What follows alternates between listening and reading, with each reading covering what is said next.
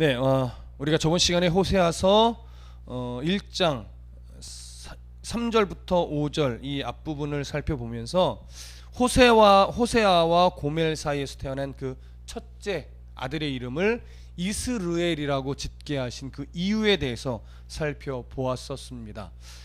이스르엘이라는 것은 지역 이름이었죠. 그러나 그 지역에서는 정말 피비린내 나는 역사가 있었던 곳이었습니다. 그 역사 속에서 특별히 예후 왕조를 하나님이 사용하셨었는데, 예후 왕조는 북이스라엘 왕조에 흐르던 어떤 바알의 우상들을 척결했었습니다. 그래서 하나님이 참 기뻐하셨지만, 그럼에도 불구하고 참 안타까웠던 것은 뭐냐면, 예후 왕조의 4대에 걸쳐서 그들은 결국 금송아지 숭배에서는 떠나지 않았었습니다. 그래서 결국은 북이스라엘은 처음부터 끝까지 그 왕조가 우상 숭배에서 벗어나지 못했던 역사를 갖고 있는 것이었습니다. 그래서 결국 북이스라엘은 하나님으로부터 멸망을 예고받을 수밖에 없었던 것입니다. 그것이 바로 이스르엘이라고 하는 이름에 담긴 중요한 의미였고, 하나님께서 이스르엘이라고 이름을 짓게 하신 이유였습니다. 오늘은 나머지 둘째와 셋째 자녀에 대한, 또 거기에 이름을 짓게 하신 이유에 대해서 우리가 살펴보려고 합니다. 6절 다 같이 읽어보겠습니다. 6절 시작. 고멜이 또 임신하여 딸을 낳음에 여호와께서 호세아에게 이르시되 그의 이름을 로루하마라 하라. 내가 다시는 이스라엘 족속을 긍휼히 여겨서 용서하지 않을 것임이니라. 자, 이제 호세아는 고멜과의 사이에서 둘째 딸을 낳습니다. 아마 이때도 여전히 고멜은 바람을 피우면서 음란한 삶을 살고 있었을 것입니다. 그러다 보니까 학자들은 이 두 번째 딸이 호세아의 딸이 아니라 바람을 피워서 딴 남자에게서 난 딸일 수 있다라고 하는 주장을 펴기는 합니다. 사실 이 주장을 부정하기도 어렵고 긍정하기도 어려운 것이 사실입니다. 그러나 2절을 우리가 강의할 때 살펴보았듯이 고멜이 또 임신하여 딸을 낳음에 라고 하는 구절을 히브리어 성경으로 보면 임신하여 그리고 낳았다라는 두 동사가 둘 다 미완료 형태로 되어 있습니다. 미완료 형태라는 것은 뭐냐면 계속적이고 반복적인 행위예요. 그러니까 임신하는 행위, 낳는 행위가 반복적으로 계속되고 있다라고 하는 건데, 이것이 어디와 연결이 되는 거냐면 첫째 아들 이스라엘을 낳을 때와 연결이 되는 겁니다. 그렇기 때문에 지금 이 둘째 딸 또한 호세아의 딸로 보는 것이 흘러가는 문맥상 더 자연스러워 보입니다. 그래서 호세아와 고멜 사이에서 낳은 자녀로 보는 것이 타당해 보이는 것이죠. 그렇게 된다면 이 지금 장면은 상징적으로 무엇을 의미하냐면, 고멜은 여전히 결혼한 후에도 음란한 삶을 살았었지만 그 가운데에도 여전히 호세아의 변함없는 사랑을 받고 있었다라고 하는 거예요. 결국 영적으로 보면 북이스라엘은 하나님의 자녀였음에도 불구하고 여전히 우상 숭배에 빠져서 영적인 음행을 하며 살아오고 있지만, 하나님은 아직도 끊임없이 북이스라엘을 버리시지 않고 하나님의 긍휼하심을 끊임없이 그 사랑을 주고 계시다라고 하는 상징적 의미와 부합하게 됩니다. 무슨 말씀인지 이해되시죠? 그렇기 때문에 이 둘째 딸은 호세아의 자녀로 보는 것이 더 옳은 것이죠. 중요한 것은 뭐냐면, 왜 이렇게 비상식적으로 이름을 짓게 하셨는가라고 하는 거예요. 둘째 딸의 이름은 뭐냐면 로루하마예요. 로는 히브리어로 부정어입니다. 아니다라고 하는 거죠. 로 부정어이고, 루하마는 자비라는 의미입니다. 그러니까 자비가 아니다, 자비롭지 않다, 뭐 이런 의미가 되겠죠. 결국 자비가 없다는 의미인데, 하나님은 호세아에게 이 이름의 상징적 의미를 구절 속에서 이미 말씀하셨습니다. 뭐라고 했냐면 그의 이름을 로루하마라 하라. 내가 다시는 이스라엘 족속을 긍휼히 여겨서 용서하지 아니할 것입니다. 긍휼히 여기지 않겠다라고 하는 의미가 이 안에 담겨 있는 겁니다. 그렇기 때문에 이제부터 하나님은 이스라엘 백성이 어려운 지경에 처해 있다 해도 돕지 아니하실 것이고, 그들의 기도도 듣지 않겠다라고 하는 자신의 의지를 지금 보여준 것과 같습니다. 아마도 추측해 보건대 호세아 선지자가 딸의 이름을 비상식적으로 지은 것과 그리고 그 지은 이름에 대해서 소문이 백성들 가운데 어떻게 해요? 퍼져 나갔을 거예요. 호세아 선지자가 딸을 낳았는데 고멜이 또 음란한 삶을 살았지만 여전히 호세아가 사랑해서 딸을 낳았대. 근데 그 이름이 참 이상해. 어떻게 부모가 저런 이름을 지을 수 있어? 이런 거죠. 로루하마, 긍휼이 여기지 않는데, 자비가 없대, 긍휼이 없대. 도대체 이게 무슨 의미야? 그런데 들어보니까 그게 이 6절에 있는 말처럼 이스라엘 족속을 긍휼히 여겨서 용서하지 않는다는 의미래. 뭐 이런 식으로 퍼져나갈 수 있었을 거예요. 그러다 보니까 결국 이 이름 자체가 이스라엘 전체 백성들에게 무슨 역할을 해요? 하나님의 뜻을 전하는 메시지 역할을 하는 겁니다. 그래서 이 이름을 이렇게 짓게 한 것이죠. 자, 7절을 이제 다 같이 읽어보겠습니다. 7절 시작. 그러나 내가 유다 족속을 긍휼히 여겨 그들의 하나님 여호와로 구원하겠고 활과 칼이나 전쟁이나 말과 마병으로 구원하지 아니하리라 하시니라. 자, 여기 보시면 지금 무엇과 대조되냐면 로루하마라는 이름은 뭐예요? 이스라엘 족속을 긍휼히 여기지 않겠다라고 하는 것이죠. 그런데 갑자기 내용이 바뀌면서 유다 족속 이야기를 꺼내면서 무엇을 말하냐면 그러나 내가 유다 족속을 긍휼히 여기겠다 이거예요. 지금 아주 중요한 비교를 하고 있는 거예요. 그러니까 북왕국과 남왕국을 비교하고 있는 거예요. 이제 북왕국은 긍휼히 여기지 않을 것이지만 남왕국 유다는 내가 긍휼히 여길 것이다, 이 얘기를 하고 있는 거예요. 왜일까요? 북왕국은 긍휼히 여기지 않지만 왜 남왕국은 긍휼히 여긴다라고 말하고 있는 걸까요? 성경은 그 이유에 대해서 정확하게 언급하고 있지는 않지만 우리는 역사 속에서 그 이유를 사실 발견할 수 있습니다. 지금 남왕국 유다는 히스기야 왕 시대로 들어가고 있습니다. 히스기야 왕은 어떤 일을 벌였냐면 그 앞전 왕이 우상을 숭배하는 실수를 저지르고 있었어요. 그 앞전 왕들은 다 하나님을 그래도 잘 섬기고 있었는데 히스기야 왕의 그 앞의 왕은 우상을 섬기며 하나님의 뜻을 거역하고 있었어요. 그때 히스기야 왕이 그 앞전 왕의 악한 행실을 따라간 것이 아니라 그들이 섬겼던 우상을 척결했어요. 바알의 신당을 부쉈어요. 그러면서 하나님을 예배하고 하나님을 바르게 섬기는 종교개혁을 감행했습니다. 그래서 오히려 남왕국 유다의 영적 부흥을 일으켰어요. 하나님은 이러한 하나님을 향한 마음의 중심이 흘러가는 그 모습들을 지켜보고 있으셨던 겁니다. 그래서 하나님은 남왕국 유다를 어떻게 해요? 긍휼히 여기시겠다라고 한 거예요. 근데 그 긍휼히 여기시는 모습을 성경은 어떻게 지금 표현하고 있냐면 그러나 내가 유다 족속을 긍휼히 여긴다라고 말씀하시면서 그들의 하나님 여호와로 구원하겠고 이렇게 말합니다. 그들의 하나님 여호와라는 표현은 무엇을 상기시키는 거냐면 아브라함과 맺은 언약을 상기시키는 거예요. 아브라함과 맺었던 그 언약을 내가 신실하게 누구를 통해 이어가겠다라고 하는 거냐면 남왕국 유다를 통해 그 약속을 신실하게 이어가겠다라고 하는 거예요.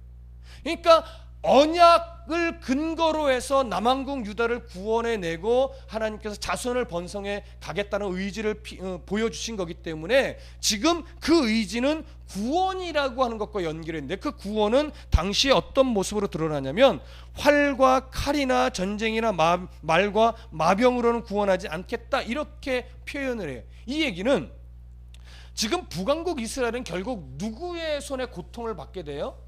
아수르 왕국의 손에 고통을 받게 되고 압제를 받고 결국은 멸망하게 되죠. 근데 똑같이 아수르는요 남유다도 공격하려고 했었어요. 당시에는요 어디가 더 군사적으로 강했냐면 북이스라엘이 훨씬 강했습니다. 남유다는 지역도 작고 인구도 적고 군사력도 매우 약했었습니다. 그러니 북왕국 이스라엘이 아수르의 힘도 못 쓰고 있다면 남왕국 유다는 금방 집어먹히는 거는 시간 문제예요. 금방 집어먹히는 거죠. 그런데 하나님 뭐라고 말하냐면 내가 남왕국 유다를 아수르의 손에서 구원해낼 텐데 칼이나 방패나 말이나 마병으로 구원해내지 않겠다 이거예요. 이건 뭐예요? 하나님의 능력으로, 하나님의 능력이 아수르와 비교하지도 못할 만큼 얼마나 큰 능력인지를 직접 보여주겠다라고 하는 거예요. 남유다를 구원해내면서 그 능력의 하나님을 북이스라엘 가운데 뭐하겠다? 보여주겠다, 증거하겠다, 그 얘기를 하고 있는 거예요. 남유다는 칼이나 방패나 무기는 전혀 없지만 그러나 하나님은 남유다를 구원해냄으로 말미암아 북이스라엘의 어리석음을 지금 보여주고자 하는 겁니다. 그렇기 때문에 히스기야 왕 때의 종교개혁은 결국 이스라엘을, 남유다를 살려내는 중요한 근거가 됐던 거예요. 여러분, 오늘날 우리가 신앙생활을 할 때 개인이든 가정이든 교회든 부흥하는 원동력은 뭐냐면 하나님의 말씀의 본질로 돌아가는 것입니다. 신앙의 기초를 탄탄하게 다지는 것에서 시작됩니다. 그렇게 되면 진짜 부흥이 뭔지를 알게 돼요. 기초가 튼튼하지 못하면 자꾸 부흥이라는 것을 어디로 맞춰요? 양으로, 크기로, 능력으로 이렇게 맞춰요. 그러나 기본으로, 성경의 기본으로 돌아가면 하나님이 원하시는 부흥이 그런 게 아니구나라는 걸 알게 돼요. 하나님이 원하시는 부흥은 뭐예요? 말씀 앞에 성도 한 사람 한 사람이 온전하게 항복하는 거예요. 교회가 하나님 앞에 온전하게 항복하는 거예요. 가정이 하나님 앞에 온전하게 항복하는 거예요.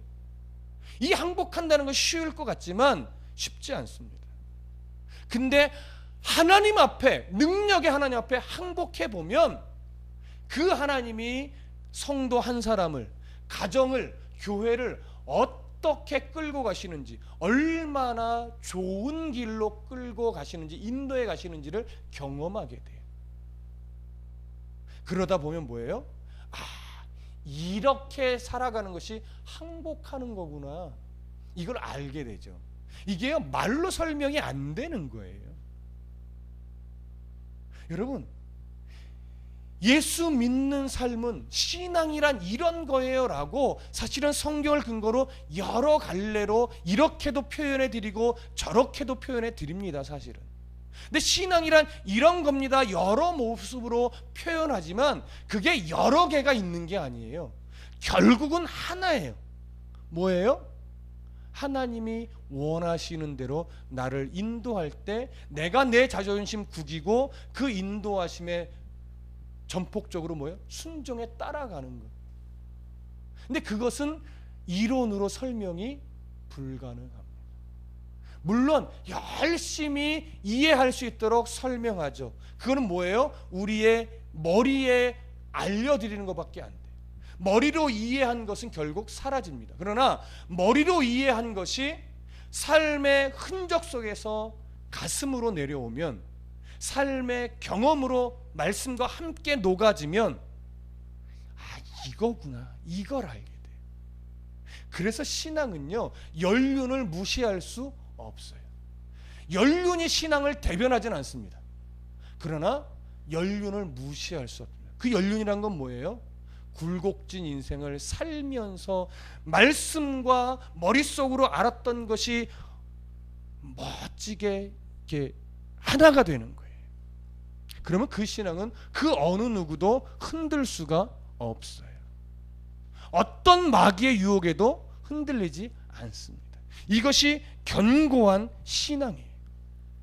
여러분, 아까 남유다가 하나님의 긍휼을 덧입을 때 그 원동력이 바로 히스기야의 종교개혁, 말씀의 부흥, 예배의 회복이라고 말씀을 드렸어요. 그런데 그때 그렇게 하나님 앞에 이스라엘 종교개혁할 때, 그러고 나서 아수르가 사실 쳐들어와요.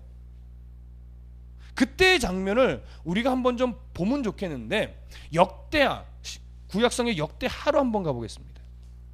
몇 구절을 좀 찾아볼게요. 너무나 중요한 말씀이기 때문에 역대하 29장으로 한번 가보겠습니다. 역대하 29장 2절부터 11절 1절까지, 역대하 29장 2절부터 11절 우리 한 목소리로 천천히 읽어보겠습니다. 역대하 29장 2절부터 11절 시작. 히스기야가 그의 조상 다윗의 모든 행실과 같이 여호와 보시기에 정직하게 행하여 첫째 해 첫째 달에 여호와의 전문을 열고 수리하고 제사장들과 레위 사람들을 동쪽 광장에 모으고 그들에게 이르되 레위 사람들아 내 말을 들으라.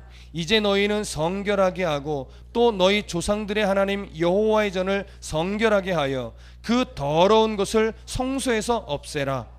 우리 조상들이 범죄하여 우리 하나님 여호와 보시기에 악을 행하여 하나님을 버리고 얼굴을 돌려 여호와의 성소를 등지고 또 낭실문을 닫으며 등불을 끄고 성소에서 분향하지 아니하며 이스라엘의 하나님께 번제를 드리지 아니하므로 여호와께서 유다와 예루살렘에 진노하시고 내버려 두사 두려움과 놀람과 비웃음거리가 되게 하신 것을 너희가 똑똑히 보는 바라.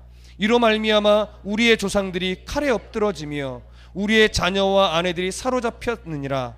이제 이스라엘의 하나님 여호와와 더불어 언약을 세워 그 맹렬한 노를 우리에게서 떠나게 할 마음이 내게 있노니 내 아들들아 이제는 게으르지 말라. 여호와께서 이미 너희를 택하사 그 앞에서 수종들어 그를 섬기며 분향하게 하셨느니라. 아멘. 우리의 영적인 청결을 요구하시는 겁니다. 하나님 앞에 말하자면 불순했던 여러 습관들을 다 끊어버리고 기본기, 예배의 회복으로, 기도의 회복으로 말씀 앞에 정직히 서는 자리로 돌아가라는 거예요. 자, 그것을 요구한 이후에 이제 역대하 31장 1절로 가보시겠습니다. 역대하 31장 1절 함께 읽습니다. 시작. 이 모든 일이 끝남에 거기에 있는 이스라엘 무리가 나가서 유다 여러 성읍에 이르러 주상들을 깨트리며 아세라 목상들을 찍으며 유다와 베냐민과 에브라임과 므낫세 온 땅에서 산당들과 제단들을 제거하여 없애고 이스라엘 모든 자손이 각각 자기들의 본성 기업으로 돌아갔더라. 하나님보다 더 의지하게 만드는 우리들의 삶의 여러 요소들을 찾고 없애는 싸움을 하는 겁니다. 하나님만을 더 의지하려고 우리의 마음을 결심하고 하나님께 내어 맡기는 싸움을 하는 겁니다. 이러한 기본기, 이러한 어떤 기초를 다진 후에 이제 시간이 좀 지나서 히스기야 왕 때 이제 어떤 일이 벌어지느냐, 아까 말씀드렸던 것처럼 아수르 군대가 쳐들어오는 거예요. 근데 아수르 군대가 쳐들어오는데 하룻밤 사이에 아수르 군대 18만 5천 명이라는 숫자를 하나님이 몰살시켜 버리는 거예요. 그 장면을 좀 보시죠. 열왕기하로 먼저 가보겠습니다. 조금 더 성경 앞으로 가셔서 열왕기하 19장으로 가보겠습니다.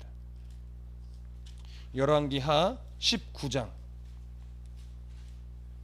29절부터 37절까지, 열왕기하 19장 29절부터 37절 한 목소리로 쭉 읽겠습니다. 시작. 또 네게 보일 징조가 이러하니니 너희가 금년에는 스스로 자란 것을 먹고 내년에는 그것에서 난 것을 먹되 제3년에는 심고 거두며 포도원을 심고 그 열매를 먹으리라. 유다 족속 중에서 피하고 남은 자는 다시 아래로 뿌리를 내리고 위로 열매를 맺을지라. 남은 자는 예루살렘에서부터 나올 것이요 피하는 자는 시온산에서부터 나오리니 여호와의 열심히 이 일을 이루리라 하셨나이다 하니라.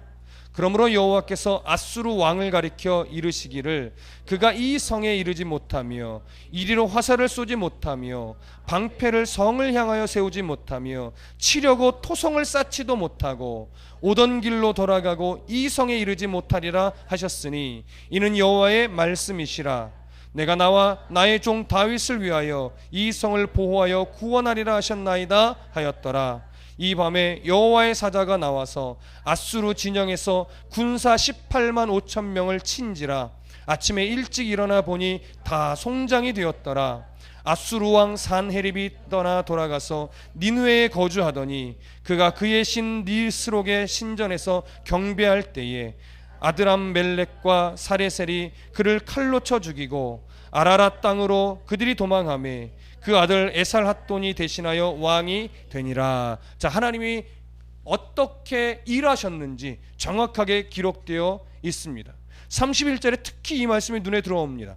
여호와의 열심히 이 일을 이루리라. 여러분, 사람으로서 할 수 없는, 아무리 고민하고 근심해도 답이 안 나오는 모든 일들은 여호와의 열심히 결국 해결하십니다. 내가 원하는 방법이 아니라 나는 감히 생각지도 못했지만 하나님이 가장 선한 방법으로 좀 더딜지라도 하나님이 해결하십니다. 우리는 그 하나님을 믿습니다.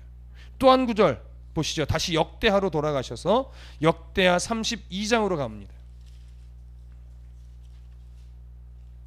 역대하 32장 20절 20절부터 22절 함께 읽습니다. 시작. 이러므로 히스기야 왕이 아모스의 아들 선지자 이사야와 더불어 하늘을 향하여 부르짖어 기도하였더니 여호와께서 한 천사를 보내어 아수르 왕의 진영에서 모든 큰 용사와 대장과 지휘관들을 멸하신지라. 아수르 왕이 낯이 뜨거워 그의 고국으로 돌아갔더니 그의 시내전에 들어갔을 때에 그 몸에서 난 자들이 거기서 칼로 죽였더라. 이와 같이 여호와께서 히스기야와 예루살렘 주민들을 아수르 왕 사네립의 손과 모든 적국의 손에서 구원하여 내사 사면으로 보호하시매. 똑같은 말입니다. 하나님이 구원하셨다는 말이죠. 그런데 한 구절 보시죠. 제가 이 말씀을 준비하다가 가슴에 정말 도전을 받고 은혜 받은 구절인데요. 역대하 32장 7절과 8절, 그 조금 앞에 7절과 8절을 읽어보겠습니다. 역대하 32장 7절과 8절 함께 읽습니다. 시작. 너희는 마음을 강하게 하며 담대히 하고 아수르 왕과 그를 따르는 온 무리로 말미암아 두려워하지 말며 놀라지 말라. 우리와 함께 하시는 이가 그와 함께하는 자보다 크니 그와 함께하는 자는 육신의 팔이요 우리와 함께하시는 이는 우리의 하나님 여호와시라. 반드시 우리를 도우시고 우리를 대신하여 싸우시리라 하며 백성이 유다 왕 히스기야의 말로 말미암아 안심하니라. 자, 저를 보십시오. 아직 아수르의 그 18만의 군사들과 싸우지 않았습니다. 그들이 오른손에 칼을 들고 병기를 들고 무섭게 달려오고 있습니다. 곧 전쟁이 일어날 것입니다. 군사적으로 보면 절대 이길 수 없는 전쟁입니다.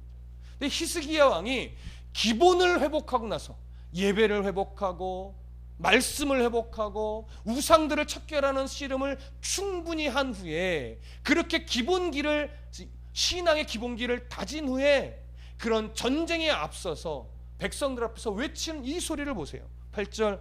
그와 함께하는 자는 육신의 팔이요. 자, 이 육신의 팔은 누구의 팔을 말해요? 아수르 군대의 팔을 말합니다. 아수르 군대의 팔에는 뭐가 들려 있어요? 무기가 들려 있습니다. 진짜 무시무시한 무기이고 우리들을 쳐서 죽이기에 충분한 무기입니다. 그런데 그들의 팔에는 누가 없어요? 하나님이 없어요. 그러니까 히스기야 말은 뭐냐면 그들의 손에는 무서운 칼이 들려있지만 결국 그 칼은 그들의 육신의 팔일 뿐이다, 이 얘기예요. 그러니까 무서워하지 말라, 두려워하지 말라, 그저 육신에 붙어있는 팔에 불과하다 이거예요. 그런데 뭐라고 말합니까? 우리와 함께 하시는 이는 우리의 하나님 여호와시라. 육신의 팔에 붙어있는 칼과는 비교도 안 되는 전능하신 하나님이라는 거죠. 그 하나님 누구의 하나님이에요? 우리의 하나님이에요. 나의 하나님이. 그 하나님이 반드시 우리를 도우시고 반드시 우리를 대신하여 싸우시리라, 이렇게 담대하게 선포합니다. 그랬더니 백성이 유다 왕 히스기야의 말로 말미암아 뭐예요? 안심해.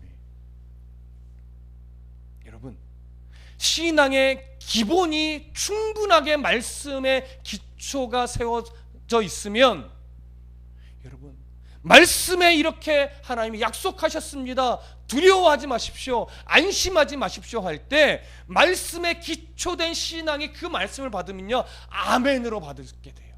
아멘으로 받으면 정말 뭐 하게 돼요? 두려워지지 않게 돼요. 근데 신앙이 말씀의 기초를 든든히 하고 있지 않으면 아무리 안심하세요, 두려워하지 마세요 해도 입으로만 아멘하지 마음으로 동의를 못해요. 왜?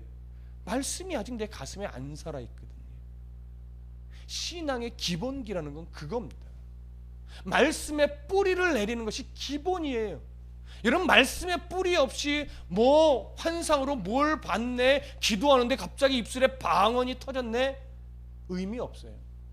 그런 신앙은요 방언 끊어지면 날아가는 것이고 환상 못 보면 답답해져요. 여러분,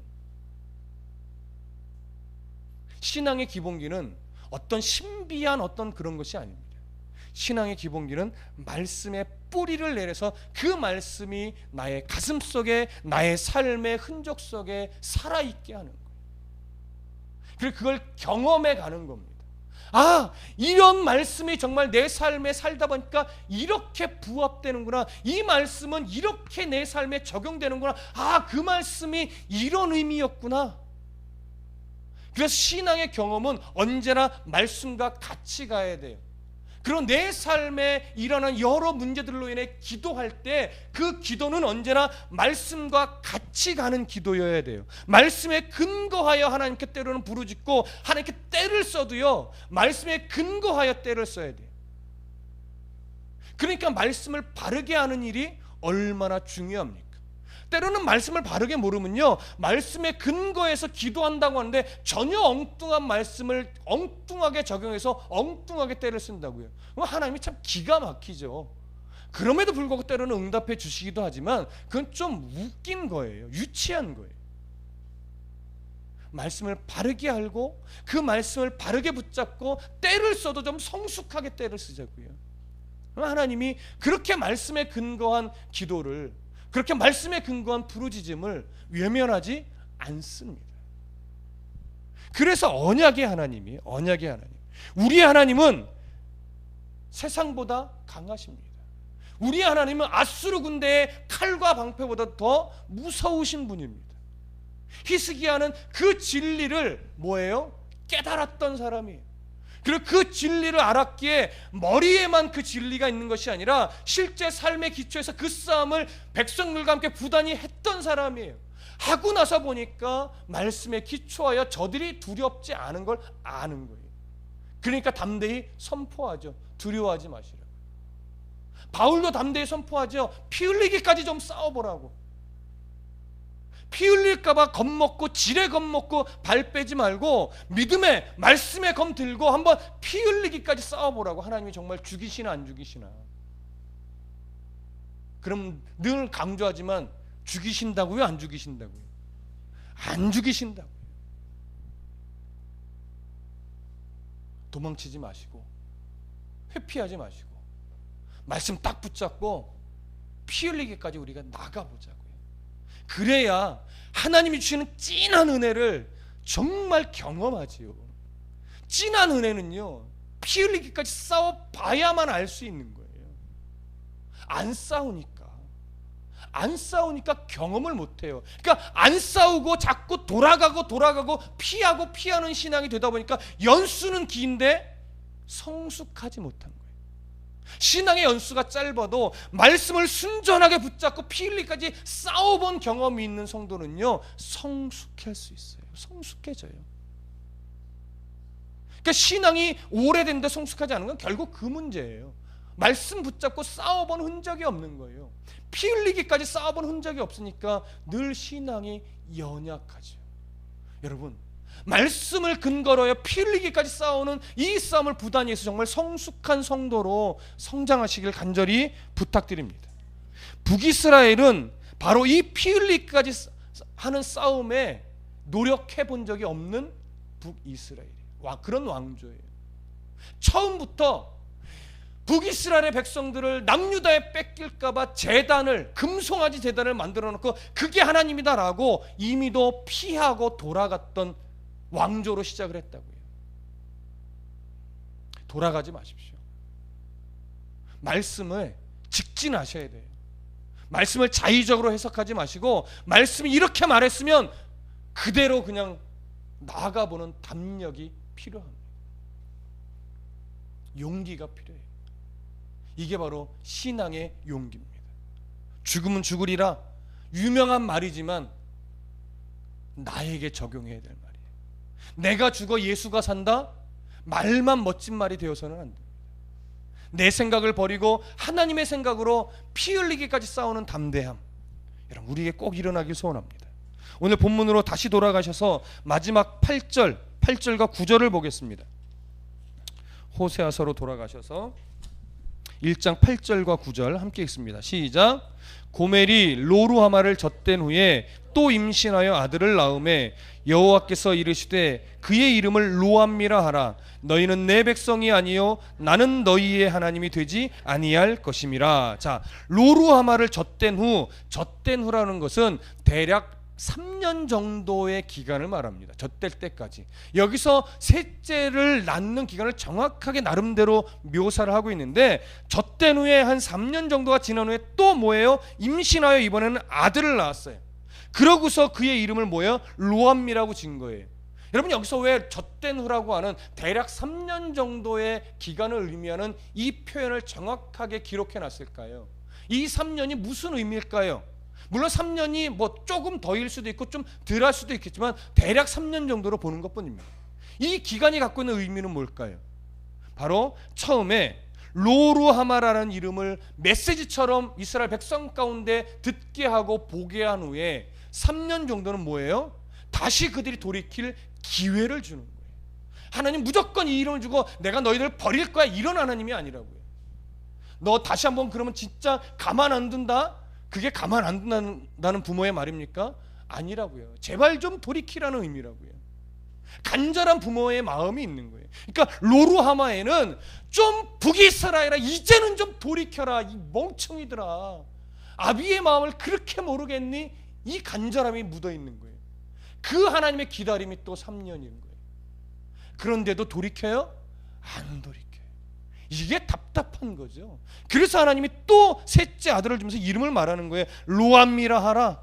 그런데 그 로암미는 뭐예요? 로는 부정어예요. 아니다. 암미는 백성이에요. 내 백성이 아니라는 거죠. 그래서 하나님이 또 해석해 줍니다. 너희는 내 백성이 아니요 나는 너희 하나님이 되지 아니할 것임이라. 이 표현은 이미도 출애굽기에 하나님이 계명을 주실 때, 언약을 체결할 때 너희는 나의 백성이 되고 나는 너희 하나님이 될 것이라는 그 출애굽기 또 레위기에 있는 말씀과 정반대되는 말입니다. 결국 뭐예요? 언약이 깨졌다라고 하는 거죠. 언약이 깨졌다라는 것은 아까 말씀드린 이거예요. 그들은 신앙의 기초가 없다. 말씀에 전혀 뿌리 내려 있지 않다. 하나님을 전혀 무서워하지 않는다. 그러니 내가 너희의 하나님이 되고 싶어도 너희들이 거절하니 될 수가 없다라고 하는 거죠. 언약이 깨진 거예요, 여러분. 북이스라엘은 이렇게 하나님의 마음을 철저하게 거절했습니다. 그래서 북이스라엘 왕국은요 로루하마일 수밖에 없고 로암미일 수밖에 없어요. 하나님이 자비를 줄 수가 없어요. 하나님의 백성이 되지 않으니 자비를 줄 수가 없다고요. 긍휼을 베풀어 줄 수가 없다고요. 온 마음을 하나님이 아닌 우상에게만 드리고 있으니 하나님의 마음이 참 슬픈 겁니다. 여러분, 나에게 있어 하나님은 어떤 하나님인가 우리 다시 한번 점검하셔야 됩니다. 우리 하나님은 만물을 창조하신 분이에요. 만물 위에 계신 분이에요. 우리는 하나님을 좌지우지할 수 있는 존재가 아닙니다. 근데 우리의 신앙이 종종 하나님을 좌지우지하려는 그러한 모습을 보일 때가 있어요. 그런 습관들을 버리셔야 됩니다. 그저 우리는 사랑하고 순종하는 것밖에 없는 자들이에요. 그래서 하나님을 알되 바르게 알아야 되는 거죠. 그러지 못하면 사사기에서 계속 강조되고 있는 것처럼 자기들의 소견에 오른 대로 행하였더라.